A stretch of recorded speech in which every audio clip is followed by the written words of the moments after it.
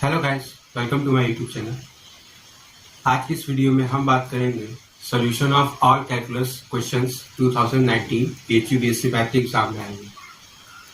हमारी जो कैलकुलस की सीरीज थी वो अभी पूरी नहीं हुई है, लेकिन आप लोग की बहुत ज़्यादा डिमांड आ रही है कि कैलकुलस पर जो भी क्वेश्चंस आए हुए हैं प्रीवियस ईयर में उसको सॉल्व कराया जाए। तो इसलिए ये वीडियो थोड़ी सीरीज पूरी होने से पहले ही आ रही है, लेकिन सीरीज पूरी होगी। जो भी इसमें टॉपिक्स है वो मैं आपको पढ़ाऊंगा, लेकिन साथ ही साथ आप लोग को प्रीवियस ईयर के क्वेश्चंस की डिमांड है, इसलिए मैं उसको भी साथ ही साथ लेकर के चलूंगा।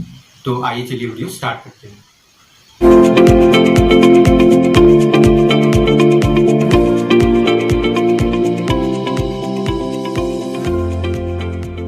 तो देखिए, सबसे पहला हमारे पास दिया हुआ question integration of log x upon 1 plus log x का होल स्क्वायर dx। देखिए, जब भी आपके पास इनडेफिनिट के इंटीग्रेशन आते हैं तो याद रखिए हमेशा क्वेश्चंस आपको ऐसे आएंगे जिसमें आपको इनडायरेक्ट या डायरेक्ट सब्स्टिट्यूशन करना होगा। ठीक है, केवल सब्स्टिट्यूशन पर ही ज्यादातर आते हैं क्वेश्चंस। आपको पार्शियल फ्रैक्शन वगैरह पे बहुत कम आते हैं। ज्यादातर आपको जो क्वेश्चंस आते हैं इनडेफिनिट में वो सब्स्टिट्यूशन पर आते हैं, चाहे वो डायरेक्ट हो चाहे वो इनडायरेक्ट हो। तो देखिए, यहाँ पर जब इसको सॉल्व करेंगे तो हम क्या करेंगे, हम log x को t मान लेते हैं सबसे पहले। तो log x को जब t मानेंगे तो हमारे पास dt by D x is equal to 1 upon X हो जाएगा। और अगर log x बराबर t है तो x बराबर कितना हो जाएगा, e to the power t। ठीक है, तो अब हमारे पास ये हो जाएगा dx बराबर e to the power t dt। ठीक है, ये dx हो जाएगा, x यहाँ हो जाएगा मल्टीप्लाई x की वैल्यू e की पावर t है, तो ये dx बराबर e की पावर t dt हो जाएगा। अब यहाँ पर इसको सॉल्व कर देते हैं। तो log x की जगह t रखेंगे, t अपॉन 1 प्लस t का होल स्क्वायर e की पावर t dt। अब देखिए, हमारे पास दो रास्ते हैं। पहला तो यहाँ से हम इसको स्क्वायर खोले, उसके बाद सॉल्व करें। ठीक है, दूसरा हमारे पास जो शॉर्टकट है मेथड वो ये है कि हम इसमें t plus 1 upon t plus 1 का whole square minus 1 upon t plus 1 का whole square e to the power t dt।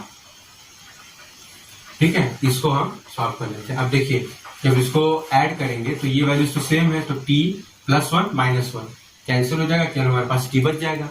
अब हम क्या करेंगे, देखिए इससे ये एक और हो जाएगी कैंसिल, हमारे पास हो जाएगा 1 upon 1 plus t minus 1 upon t plus 1 whole square whole into e to the power t dt।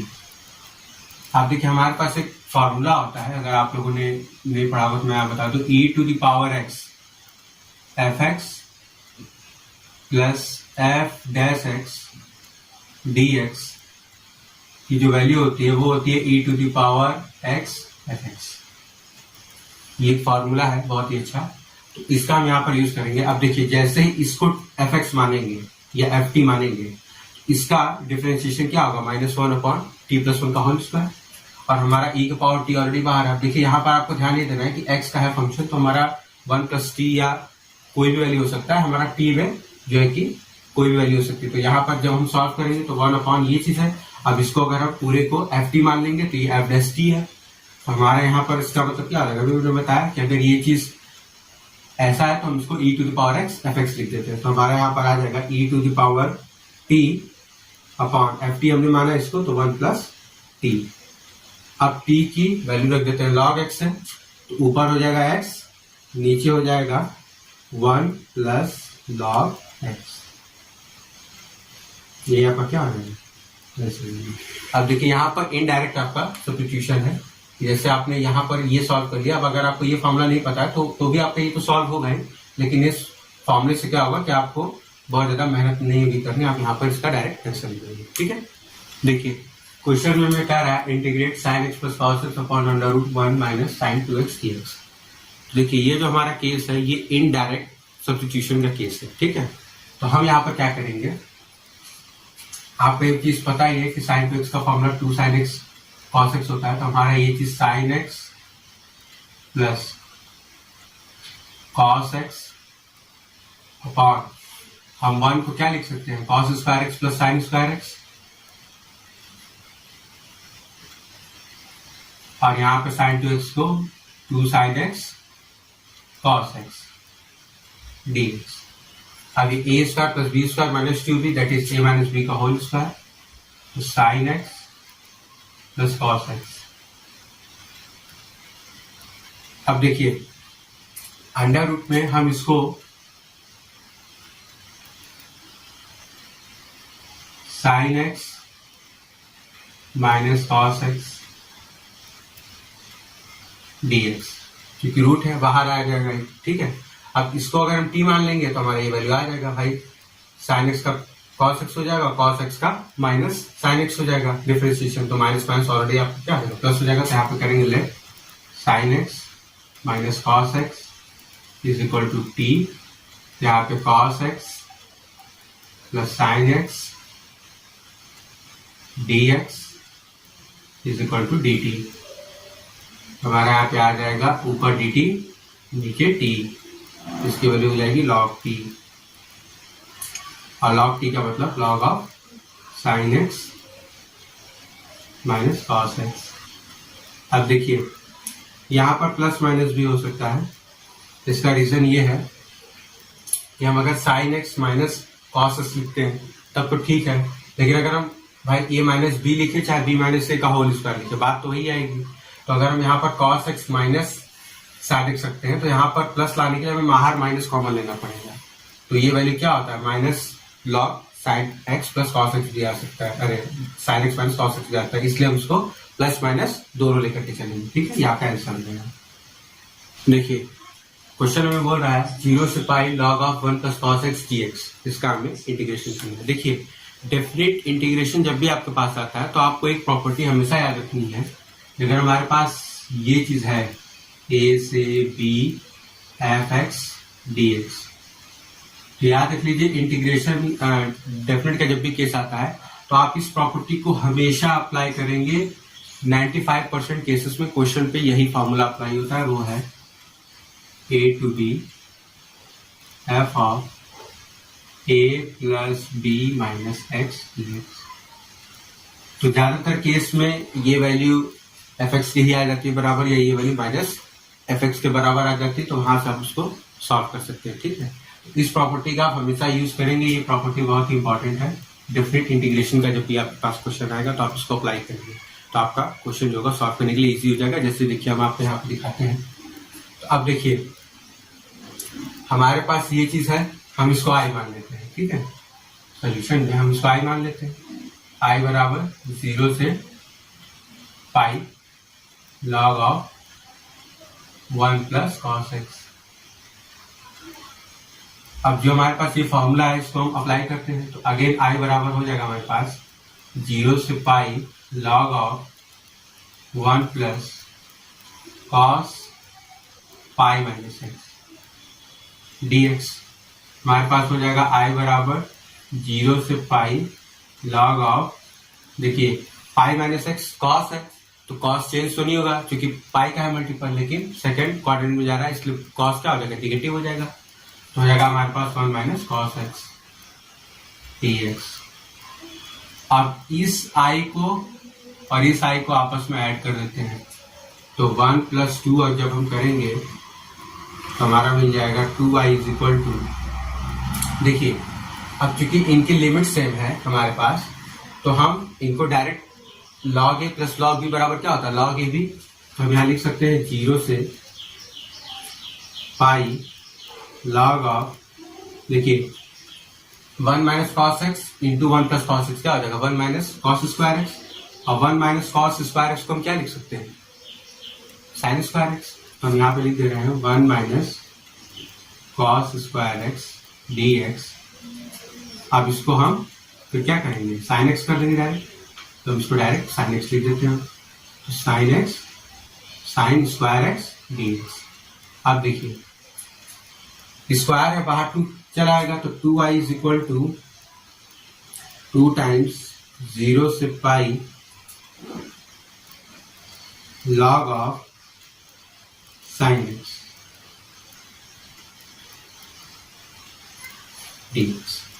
ठीक है, अब देखिए क्योंकि पाई माइनस एक्स और साइन ये आपका फॉर्मूला होता है कि जैसे मान लीजिए आपके पास 0 to 2a एफ एक्स है, इसको अगर हम ऐसे लिखते हैं 0 to 2a F of 2a minus x, अगर ऐसे लिख रहे हैं, ठीक है, तो अगर F of 2a minus x की वैल्यू एफ एक्स है तो हम इस 0 to 2a एफ एक्स को लिख सकते हैं 2 times 0 to a F x D x. ठीक है, यहाँ पर डी एक्स होगा, तो इसको इस तरीके से लिख सकते हैं। अगर हमारा F of 2a minus x बराबर एफ एक्स है तो हम इसको इस तरीके से लिख सकते हैं।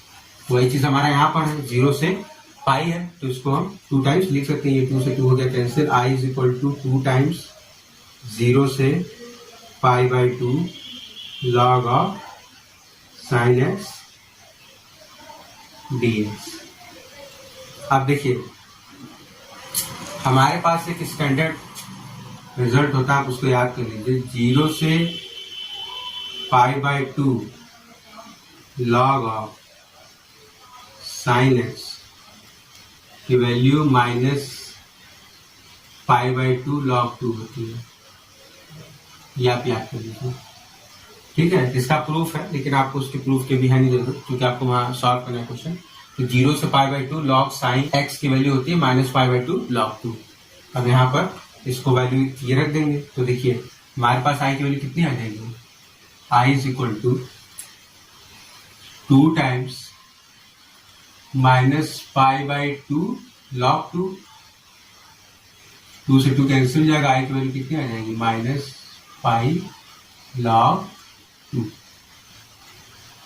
ठीक है, और बहुत दफा आपको ऑप्शन में हो सकता है कि आई बराबर पाई लॉग 1/2 दिया है, तो इसको भी आप टिक करेंगे क्योंकि ये भी बात सही है भाई, ये -1 आकर के यहाँ पावर में हो जाए तो 2 पावर -1 कितना हो जाएगा 1/2, तो आई बराबर पाई लॉग 1/2 भी इसका आंसर होगा। ठीक है, देखिए क्वेश्चन में कह रहा है कि आर एक रिलेशन है, कह रहा है कि अगर एक्स वाई बिलोंग कर रहा है रिलेशन आर में, जिसका रिलेशन ये है कि mod of x minus Y less than और इक्वल टू 1 है, कह रहा है दैट आर इज। तो देखिए हमारे पास रिलेशन बेसिकली रिफ्लेक्सिव, सिमेट्रिक और ट्रांजिटिव, यही तीनों होते हैं।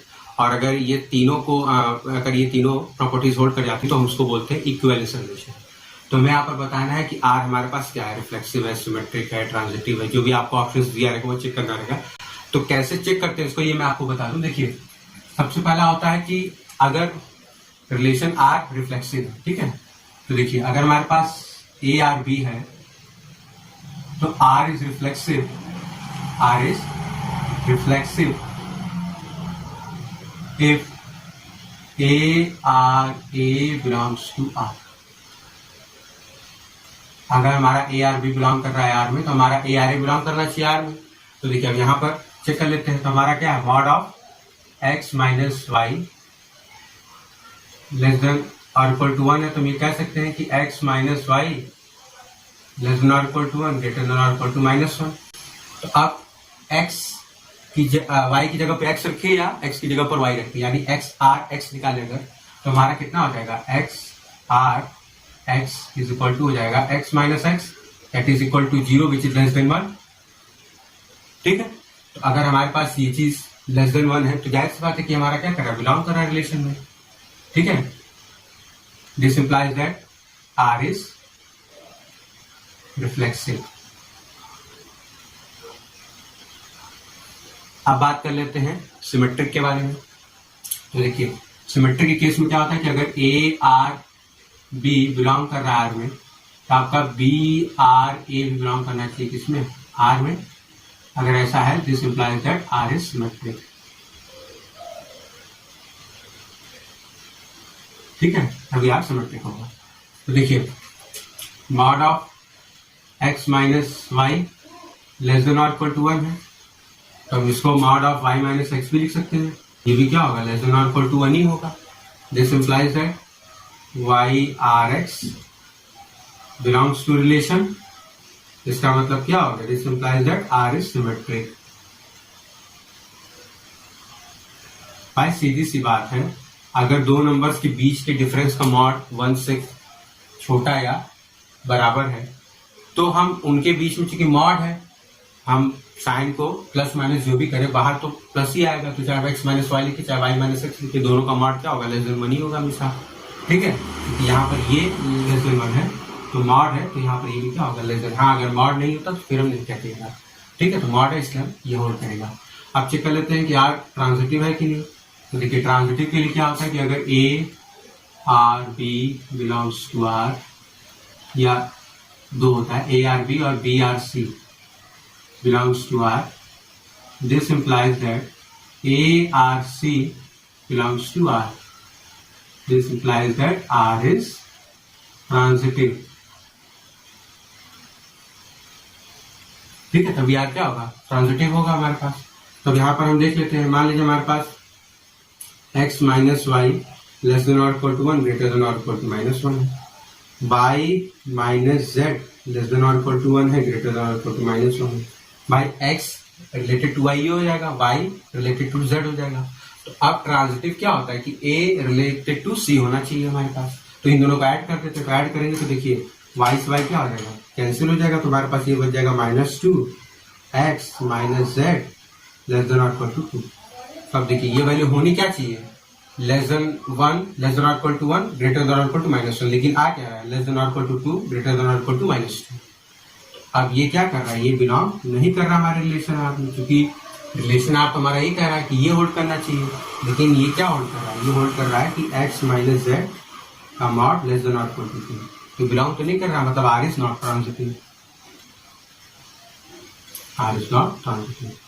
तो अब आपके पास जो भी ऑप्शंस होंगे आप टिक कर लेंगे। यहाँ पर r क्या है, r is reflexive and symmetric. ठीक है, देखिए क्वेश्चन बोल रहा है कि इफ स्टार का मतलब यहाँ पर बाइनरी ऑपरेशन से है, तो और बाइनरी ऑपरेशन बिलोंग कर रहा है रियल नंबर -1 से, और binary operation between a and b दिया हुआ है a plus b plus a b. ठीक है, मतलब a स्टार बी की वैल्यू इतनी है, कह रहा find the inverse of a, हमें a इनवर्स दिखाना है। तो देखिए मैं आपको कुछ प्रॉपर्टीज बता दूं बाइनरी ऑपरेशन के केस में।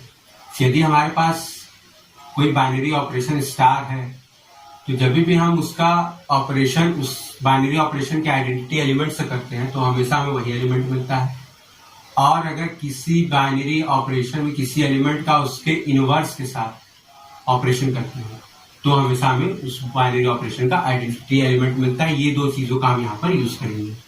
ठीक है, ये दो चीजें हमारे पास इंपॉर्टेंट है। अब देखिए यहाँ पर ए इनवर्स को आप कंफ्यूज ये मत होइएगा कि ए इनवर्स का मतलब 1/a है, ये a की पावर 1/a नहीं है, ये a इनवर्स है। ठीक है, तो इसको आप कंफ्यूज मत होइएगा, ज्यादातर बच्चे ए इनवर्स को 1/a समझ लेते हैं, तो यहाँ पर वो चीज नहीं, यहाँ पर इनवर्स ऑफ एलिमेंट a की बात की जा रही है। तो अब देखिए हमारे पास अगर a स्टार e निकाले इसके लिए कितनी हो जाएगी, a है तो यहाँ पर a है, b है तो यहाँ पर b है, यहाँ पर क्या e है तो e हो जाएगा, अब यहाँ पर a b है that is plus a e। इसकी वैल्यू कितने बराबर है, क्योंकि a स्टार ही है, अभी मैंने आपको बताया कि a स्टार की वैल्यू कितनी होगी, a के बराबर है, जबकि e क्या है उसका आइडेंटिटी एलिमेंट है that is equal to a। अब a से हमारा कैंसिल हो जाएगा, this implies that e common ले लेंगे तो 1 plus a is equal to 0। अब देखिए ये वैल्यू हमारी 0 होगी तो हमारे पास आइडेंटिटी एलिमेंट है, ठीक है, और हमारे पास ये वैल्यू है 1 प्लस ए। तो देखिए 1 प्लस ए जो है वो केवल a इज इक्वल टू -1 पर ही 0 होगा, जबकि हमारा कह रहा है कि बाइनरी ऑपरेशन बिलोंग कर रहा है r-1 पे, मतलब कि वो सभी रियल वैल्यूज के लिए। तो यहाँ पर a की हर रियल वैल्यूज के लिए वैल्यू 0 नहीं मिलेगा, केवल a इज इक्वल टू -1 के लिए 0 मिलेगा। तो इससे कंक्लूजन ये निकलेगा, दिस इंप्लाइज दैट कि e हमारा 0 होना चाहिए। ठीक है, क्योंकि यहाँ पर 1 प्लस ए केवल a इज इक्वल टू -1 पर ही 0 देगा, बाकी सारी वैल्यूज के लिए नहीं देगा। लेकिन हमारा डोमेन क्या है, r-1 में बिलोंग कर रहा है, तो सारी वैल्यूज के लिए तो 0 आ नहीं रहा है, इसलिए सारी वैल्यू a की सारी वैल्यूज के लिए वैल्यू 0 आ जाए, इसके लिए हमारा e की वैल्यू 0 होनी चाहिए। अब हम नेक्स्ट अप्लाई कर लेते हैं, तो हमारे पास है a स्टार a इनवर्स, इसकी वैल्यू कितनी होती है, आइडेंटिटी भाई अभी हमने बताया। अब यहाँ पर a plus a inverse plus a into a inverse is equal to e। E की वैल्यू कितनी है 0, तो हम यहाँ पे डायरेक्ट 0 रख देते हैं। तो हमारे पास ए प्लस, यहाँ से ए इनवर्स कॉमन ले लेंगे तो हमारे पास हो जाएगा 1 plus a is equal to 0। अब ए इनवर्स यहाँ से वैल्यू निकालेंगे तो ये उस तरफ जाएगा माइनस ए हो जाएगा, नीचे 1 प्लस ए हो जाएगा। यही हमारा क्या हो जाएगा आंसर, ए इनवर्स की वैल्यू। ठीक है, देखिए क्वेश्चन में बोल रहा है कि एफ एक्स की वैल्यू इतनी दी हुई है, कह रहा है is continuous at x equal to 4 find a and b. ठीक है, तो देखिए जो कॉन्टिन्यूटी का मैंने आपको वीडियो बताया था कैलकुलस में, उसमें मैंने आपको बताया था कि कोई भी फंक्शन कॉन्टिन्यूअस तभी होता है जब उसकी left hand limit, right hand limit और वैल्यू ऑफ द फंक्शन तीनों आपस में क्या हो जाए, बराबर हो जाए। ठीक है, तो सिंपल हम यहाँ पर ये यूज करेंगे, x लेस देन 4 है मतलब लेफ्ट हैंड लिमिट ये हो गई, x ग्रेटर देन 4 है मतलब राइट हैंड लिमिट ये हो गई और वैल्यू ऑफ द फंक्शन आपकी ये है। तो देखिए जब भी हम यहाँ पर सॉल्व करेंगे limit x tending to 4 minus f x, तो हमें मिलेगा लिमिट।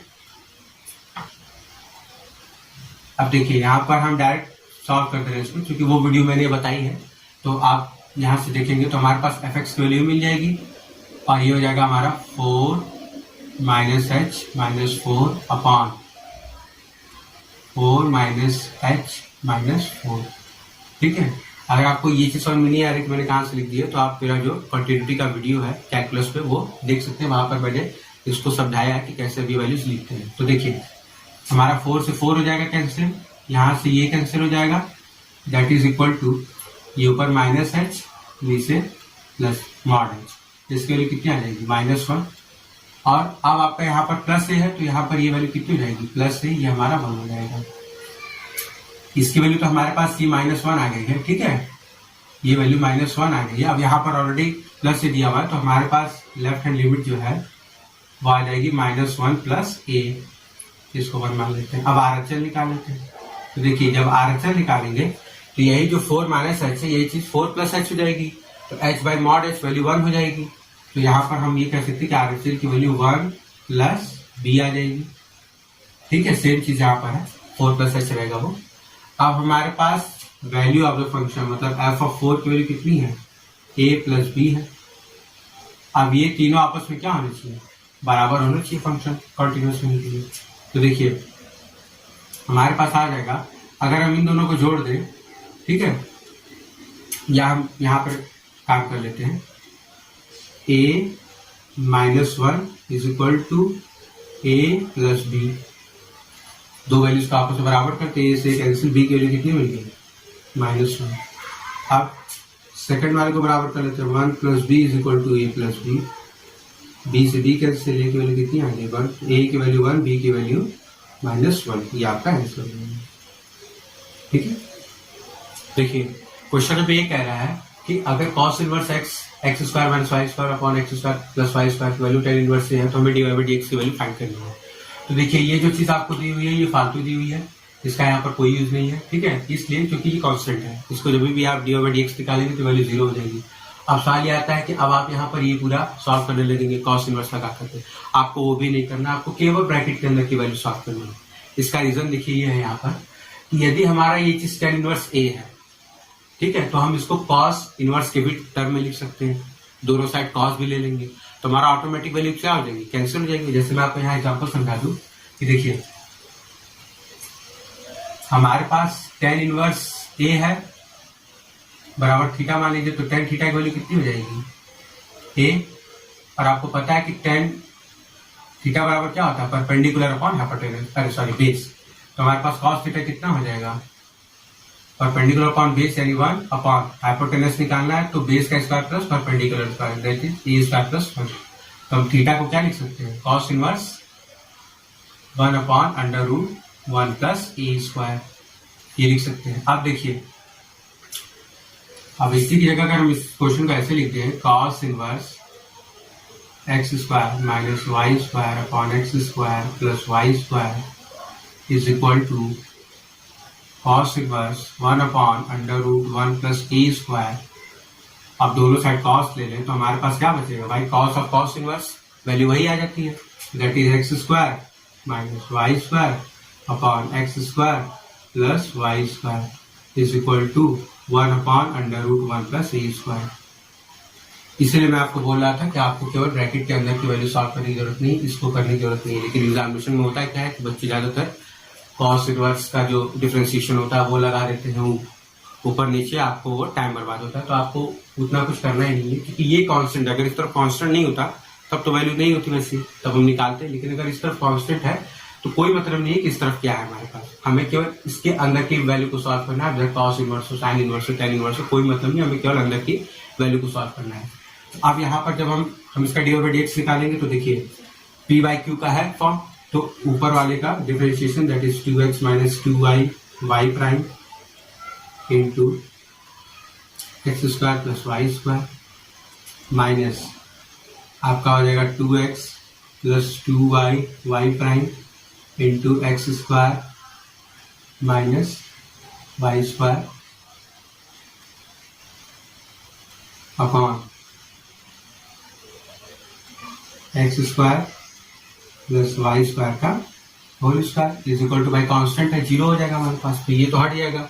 अब ऊपर वाले से देखिए हमारे पास हो जाएगा 2 से 2 सब में कॉमन है, हट जाएगा, हमारे पास बच जाएगा x minus y y prime x square plus y square plus, अब देखिए ये माइनस है यहाँ पर, इसको हम अंदर मल्टीप्लाई कर दे रहे हैं, तो हमारे पास हो जाएगा y square minus x square x plus y y prime is equal to 0। ठीक है, तो अब देखिए ये एक्स स्क्वायर और यहाँ पर माइनस एक्स स्क्वायर एक्स है, तो ये आपका हो जाएगा कैंसिल। केवल हमारे पास बचेगा एक्स वाई स्क्वायर पॉजिटिव है, क्योंकि देखिए एक्स वाई स्क्वायर यहाँ भी पॉजिटिव, एक्स वाई स्क्वायर यहाँ भी पॉजिटिव, ये बच जाएगा हमारे पास।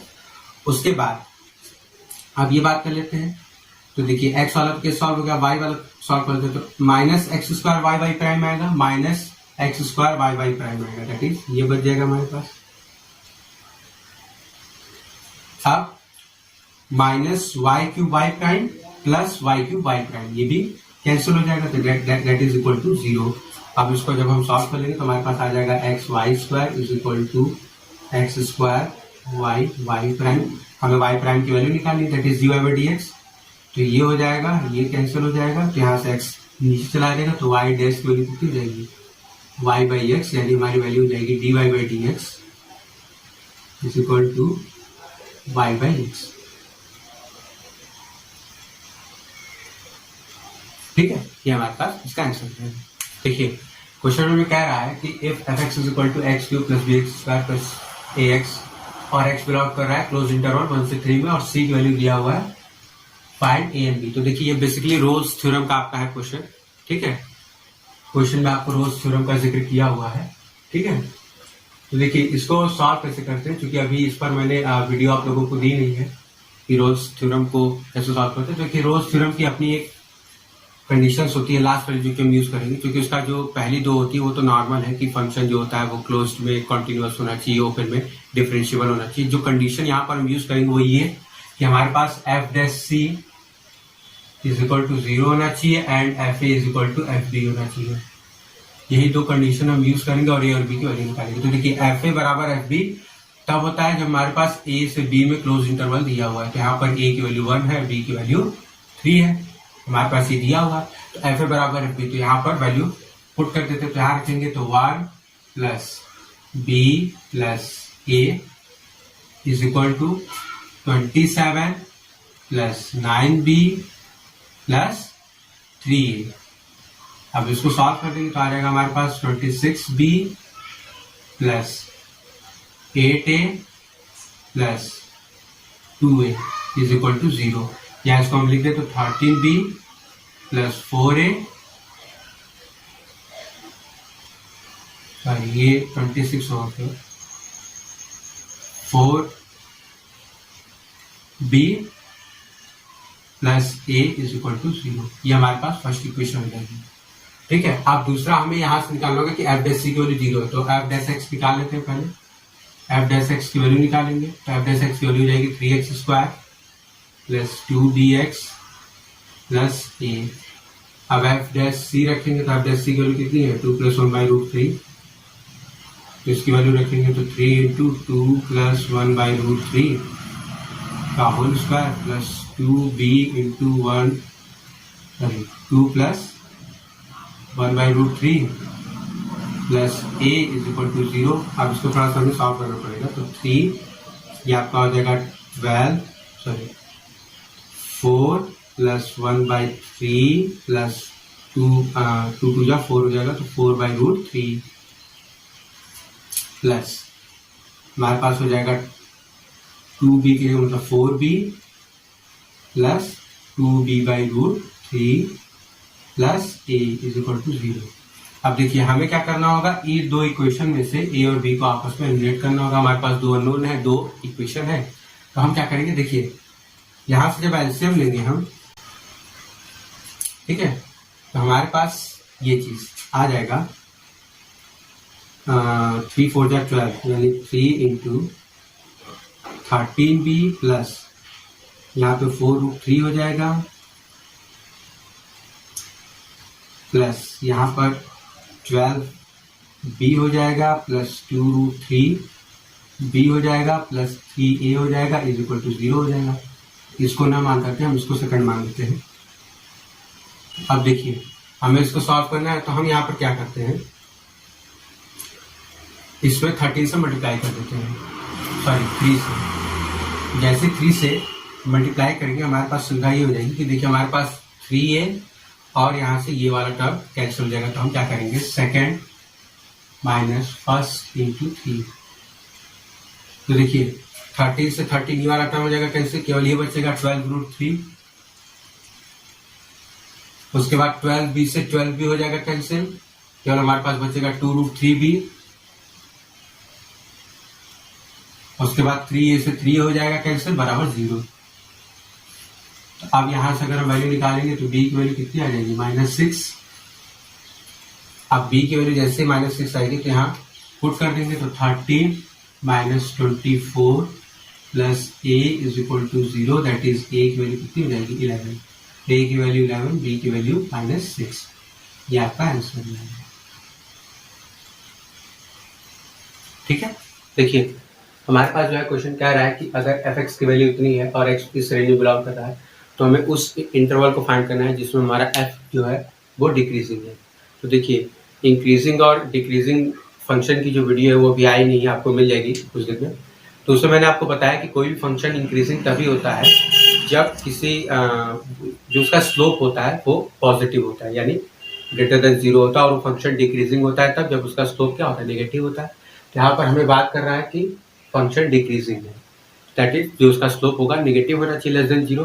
तो सबसे पहले हम इस फंक्शन को थोड़ा सिंप्लीफाई कर लेते हैं। तो हमारे पास हो जाएगा fx इज इक्वल टू 4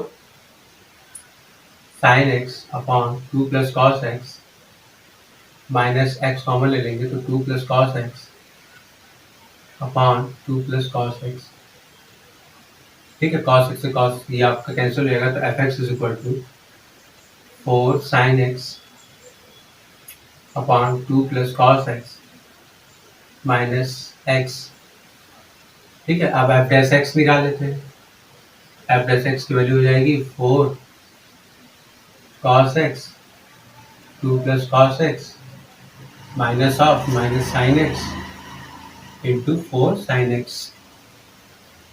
ठीक है, इसमें p/q का मैंने रूल लगा दिया है, 2 plus cos x whole square minus 1। ये वैल्यू क्या होनी चाहिए, लेस देन 0 होनी चाहिए, क्योंकि आपका फंक्शन क्या पूछा है, किस इंटरवल में डिक्रीजिंग रहेगा। तो अब यहाँ पर जब हम इसको सॉल्व करेंगे तो देखिए ये वैल्यू हमारा हो जाएगा 8 cos x प्लस देखिए 4 cos square x plus 4 sign square x. तो 4 कॉमन ले लेंगे तो sign square x plus cos square x. अब ये दोनों साइड 1 ऐड कर देंगे और इसको क्रॉस मल्टीप्लाई करते तो हमारे पास आ जाएगा लेस देन 2 का square 4 plus cos square x plus 4 cos x. ठीक है, तो देखिए अब यहाँ से हमारा sign square x plus cos square x की वैल्यू 1 हो जाएगी, यानी ये 4 से ये 4 आपका क्या हो जाएगा, कैंसिल हो जाएगा। ये वैल्यू तो 1 हो गई है, ये वैल्यू 1 हो जाएगी आपकी। ठीक है, तो अब हमारे पास जब ये वैल्यू 1 होगी तो हमारे पास बच गया 8, हमारे पास बच जाएगा cos square x minus 4 cos x greater than 0, या हम कह लें कि cos x कॉमन ले लें, तो cos x -4 ग्रेटर देन 0। अब देखिए आपको पता है कि cos x की वैल्यू जो होती है वो कभी भी 1 से बड़ी नहीं हो सकती, उससे छोटी होगी या बराबर होगी, और -1 से कभी छोटी नहीं हो सकती, उसके बराबर होगी। तो ये वैल्यू हमेशा क्या होगा, ये जो वैल्यू है cos x -4, ये वैल्यू हमेशा लेस देन 0 होगी। ठीक है, मतलब ये वैल्यू हमेशा नेगेटिव रहेगी। तो अगर ये वैल्यू नेगेटिव है और हमें टोटल क्वांटिटी पॉजिटिव चाहिए, यानी ग्रेटर देन 0, इसका मतलब है कि कभी पॉजिटिव हो ही नहीं सकता, इसको भी नेगेटिव होना ही होगा भाई। नेगेटिव इंटू नेगेटिव पॉजिटिव होगा, अगर ये पॉजिटिव होगा तो हमारा नेगेटिव लेस देन 0 जो कि कंडीशन को फुलफिल नहीं करेगा। तो this implies that cos x must be less than 0। तो cos x 0 से 2 पाई में अगर देखा जाए तो हमारे पास लेस देन 0 के लिए π/2 से ओपन इंटरवल 3π/2 तक होता है। ठीक है, क्योंकि हमें लेस देन बोला है 0, तो हमारा सेकंड क्वाड्रेंट और थर्ड क्वाड्रेंट दोनों में क्या होता है, कॉस नेगेटिव होता है। तो हमारा π/2 से लेकर के 3π/2 ओपन इंटरवल तक हमारा जो है कि बिलोंग करेगा, x बिलोंग करेगा। This implies that f is decreasing. ये हमारा क्या हो जाएगा, आंसर हो जाएगा π/2 से 3π/2 तक का। ठीक है, देखिए क्वेश्चन में बोला है कि find the domain of f(x) = 1/√x + mod x। तो डोमेन एंड रेंज का जो मैंने आपको वीडियो बनाया है उसमें मैंने आपको बताया कि डोमेन और रेंज फंक्शन का कैसे निकालते हैं। तो देखिए हमारे पास ये कंडीशन है, तो हमारे पास √x + mod x कभी भी 0 नहीं होने चाहिए भाई। अगर 0 हो जाएगा तो फंक्शन हमारा डिफाइन नहीं जाएगा। तो ये 0 तभी हो सकते हैं जब x भी 0 हो और y भी 0 हो। ठीक है, मतलब ये x और ये x दोनों 0, तो हमारे पास x ≠ = 0, पहली कंडीशन है। दूसरा यहाँ पर √x है, इसका मतलब ये इंप्लाई करता है कि x की वैल्यू क्या होनी चाहिए, ग्रेटर देन 0 होनी चाहिए।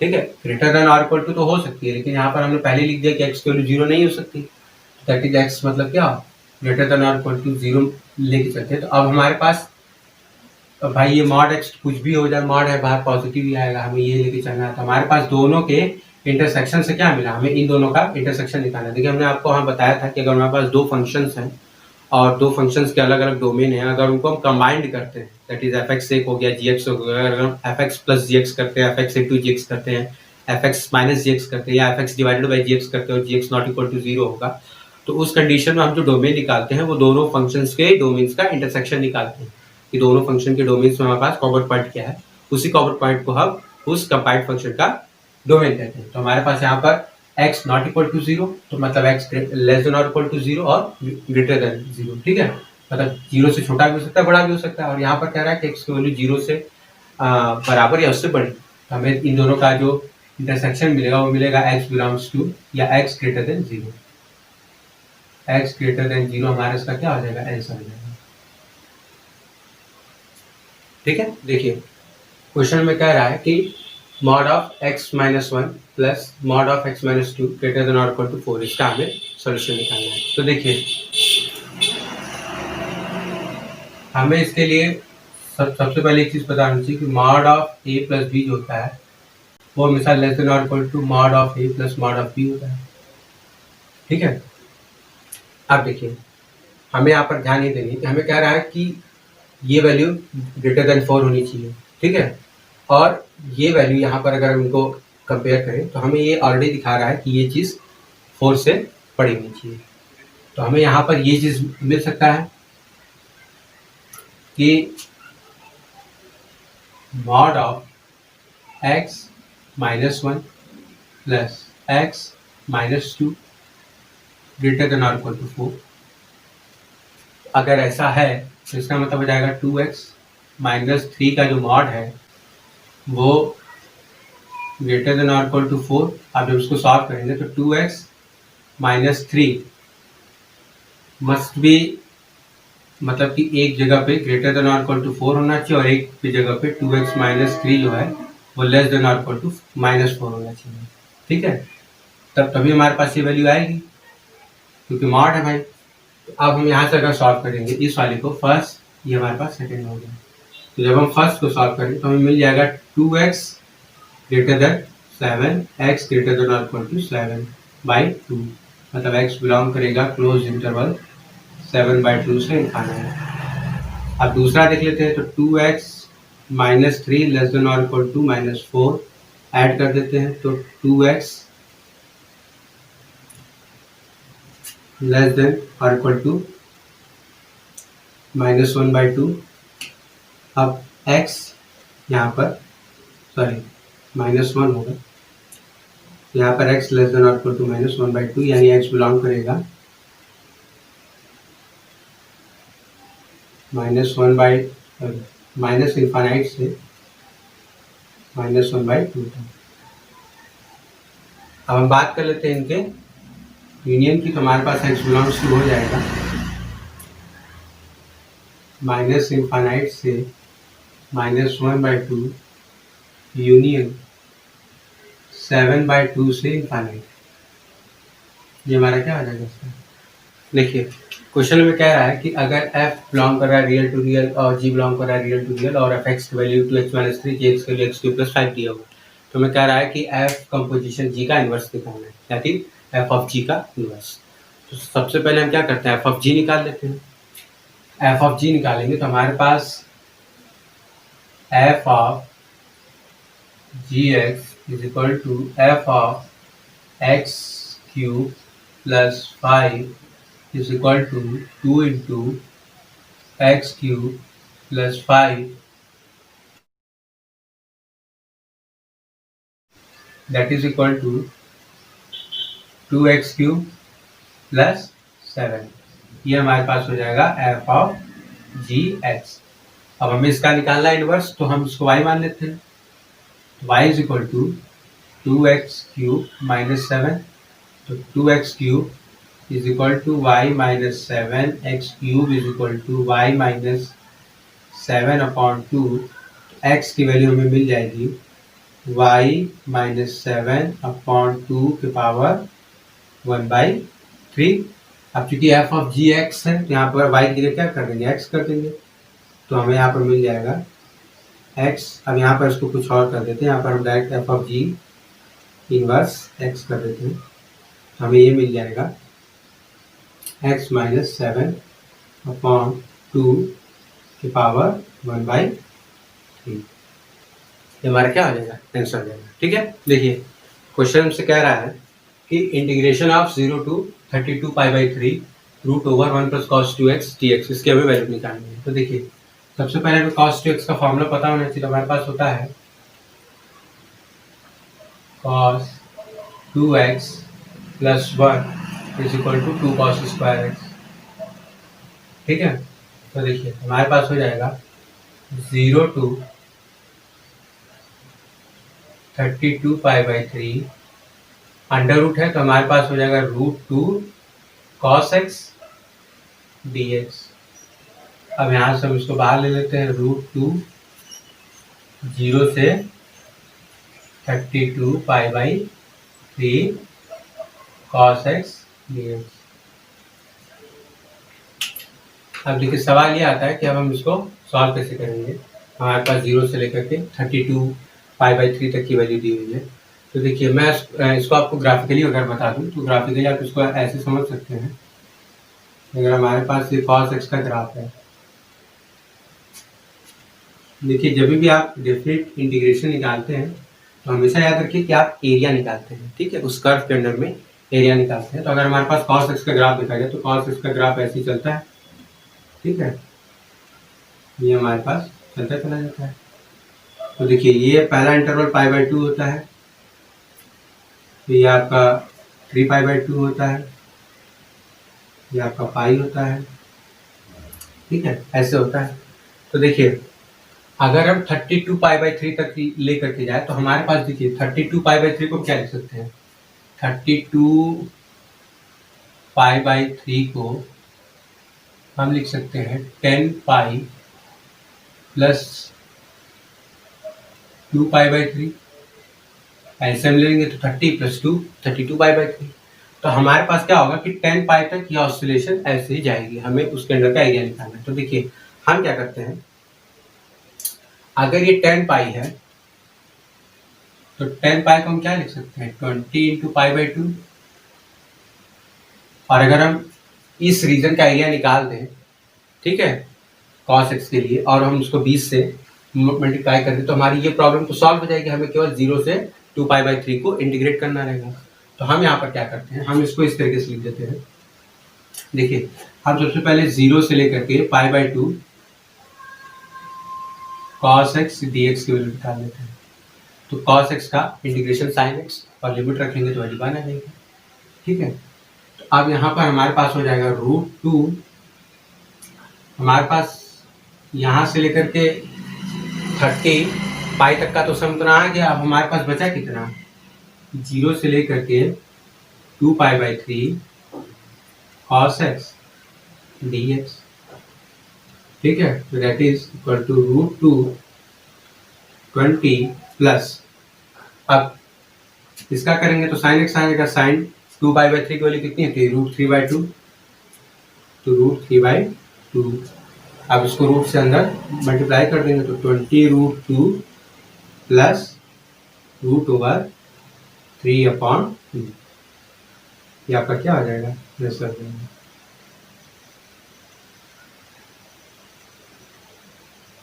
ठीक है। देखिए, क्वेश्चन में कह रहा है कि अगर y is equal to 2x minus x square है और y is equal to minus x है, हमारे पास दो, एक लाइन और एक कर्व दिया हुआ है, तो हमें कह रहा है कि इसके अंडर में एरिया फाइंड करना है।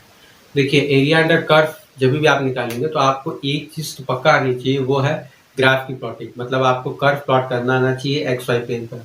अगर आपको ये चीज़ नहीं आ रही है तो आप उसकी प्रैक्टिस करिए, क्योंकि बिना आप उसके बनाए आप इंटरसेक्शन पॉइंट वगैरह ये सब देख नहीं सकते और आप शेप नहीं बता पाएंगे कि किस तरह का शेप बनना है। तो आपको सबसे पहले प्लॉटिंग आनी चाहिए। तो आप क्या करिए कि कोऑर्डिनेट ज्योमेट्री में जाइए, अलग अलग कर्व्स के पॉइंट प्लॉटिंग करिए और आप सीखिए कि कैसे पॉइंट्स प्लॉट किए जाते हैं। तो यहाँ पर मैं आपको बता देता हूँ कि हमारे पास जो इसका कर्व बनेगा वो कुछ ऐसा बनेगा, और समझा भी दूंगा कि मैं कैसे ये प्लॉट कर रहा हूँ, आप उसको समझ सकते हैं। देखिए, पहले हम इस कर्व की बात कर लेते हैं। तो देखिए, ये कर्व अगर हम x इक्वल टू 0 रखते हैं तो वैल्यू y की वैल्यू 0 दे देता है। दूसरा ये 0 y की वैल्यू तब देगा जब हमारे पास x की वैल्यू 2 हो।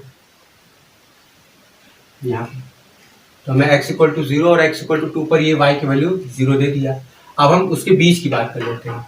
उसके बीच में अगर हम 1 रखते हैं तो देखिए 2 1 जा 2 माइनस 1 प्लस 1, y की वैल्यू पॉजिटिव आई, मतलब इनके बीच में y की वैल्यू पॉजिटिव है। तो अगर एक वैल्यू पॉजिटिव आ गई है और उनके बीच में कोई भी नोड्स क्रॉस नहीं कर रहे हैं, क्योंकि हमारा एक नोड यहाँ बन रहा है, एक नोड यहाँ बन रहा है, मतलब नोड का मतलब यहाँ पर है कि x एक्सिस पर कहाँ कट कर रही है। तो एक ओरिजिन पर कट कर रहा है, दूसरा 2 पे कट कर रहा है, और उसके बीच पे y x के वैल्यू 1 रखे तो y पॉजिटिव आ रहा है। इसका मतलब ये फिक्स हो गया कि इसके बीच का रिजल्ट अपवर्ड होगा। आप इसका कैसा भी शेप बना सकते हैं, कोई जरूरी नहीं कि आप फिक्स से बना, कोई भी शेप बना सकते हैं। अब बात कर लेते हैं इस लाइन की। तो y is equal to minus x, हमारे पास पता है कि हमारे पास लाइन कुछ ऐसी होगी,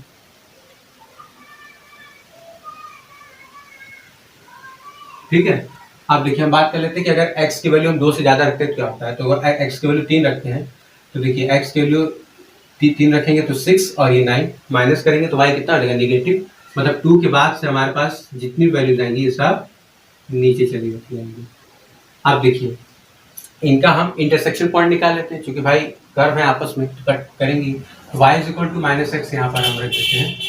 तो y is equal to minus x रखेंगे तो minus x is equal to 2x minus x square, that is x square minus 3x is equal to 0। x is equal to 0 आ जाएगा और x इक्वल टू 3 आ जाएगा। हमारे पास दो values आ जाएंगी। तो x इक्वल टू 0 पे तो कर्व हो ही रहा है कट यहाँ पर ओरिजिन पर, और x इक्वल टू पॉजिटिव 3 पर, यानी यहाँ पर कट कर रहा है। तो हम यहाँ पर इसका ये पॉइंट कर लेंगे 3। अब देखिए, हमें जो एरिया निकालना है वो ये रीजन निकालना है, ये पूरा रीजन निकालना है, और ये, ठीक है, हमें ये पूरा रीजन निकालना है भाई, क्योंकि इस लाइन के और इस कर्व के बीच में यही एरिया हमारा लाई कर रहा है। ये हमारी लाइन हो गई, ये हमारा एरिया लाई कर गया। तो अब हमें इस एरिया को जब निकालना है ऊपर वाले को, तो हम क्या करेंगे, सिंपली इस कर्व को इंटीग्रेट करेंगे। दैट इज 0 से लेकर के 2 तक है, तो 0 से लेकर के 2, 2x minus x square dx।